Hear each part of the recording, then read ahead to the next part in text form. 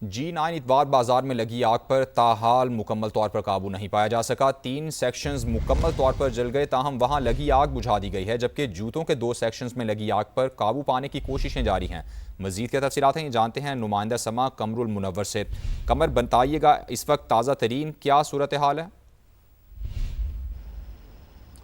जी बिल्कुल, 3 घंटे गुजरने के बावजूद आग पे मुकम्मल तौर पर काबू जो है वो नहीं पाया जा सका, क्योंकि 3 सेक्शन जो थे वो तो मुकम्मल तौर पर जल कर खकस्तर हो गए थे। वहाँ पर आग जो है थी वो बुझ गई थी और उसको कूलिंग का अमल करके मुकम्मल तौर पर जो है वो बुझा दिया गया। लेकिन 2 सेक्शन ऐसे हैं जिसमें शूज़ सेक्शन और उसके साथ जो क्रॉकरी का सेक्शन है, वहाँ पर ये आग जो है वो अभी तक लगी हुई है। आग को बुझाया जाता है एक सेक्शन में तो दूसरी जगह से भड़क उठती है, क्योंकि आग की शिद्दत बहुत ज़्यादा थी। अब 3 घंटे गुजरने के बावजूद जो है वो आग मुकम्मल तौर पर नहीं बुझी।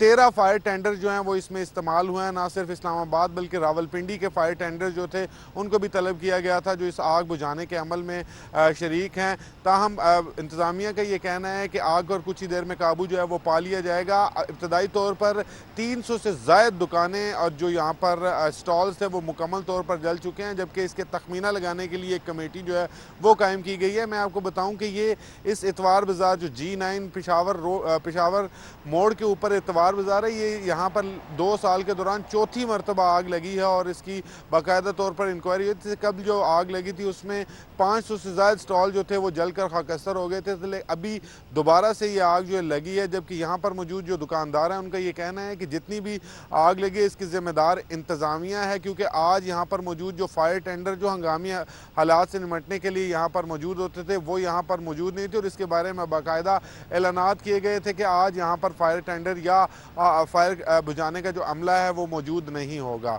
दुकानदारों ने फिर मुतालबा यही किया है कि इसकी बाकायदा तौर पर इंक्वायरी की जाए, क्योंकि इससे कबल जो इंक्वायरियाँ की गई थी उसकी रिपोर्ट जो है वो सामने मंजर आम पर नहीं लाई गई थी। अब इसकी इंक्वायरी की जाए और इस चीज़ का तयन किया जा सके कि आग कैसे लगी। इंतज़ामिया का ये कहना है कि तमाम शवाहिद जो है वो इकट्ठे किए जा रहे हैं। कल सुबह इस पर बाकायदा तौर पर एक कमेटी बनाई जाएगी जो दोबारा से इसकी इंक्वायरी करेगी और इस चीज़ का तयन करेगी कि आग से कितना तखमीना लगा, कितने स्टॉल जलकर जो है वो राख हुए, ताहम आग लगने की वजह क्या थी, इसका तयन भी किया जाएगा। और कमर, इंतज़ामिया ये दावे तो कर रही है, कमेटी भी बना दी जाएगी। इंतज़ामिया की तरफ से कोई आला हुकाम जो हैं या आला ओहदेदारान हैं वहाँ मौके पर पहुँचे वो?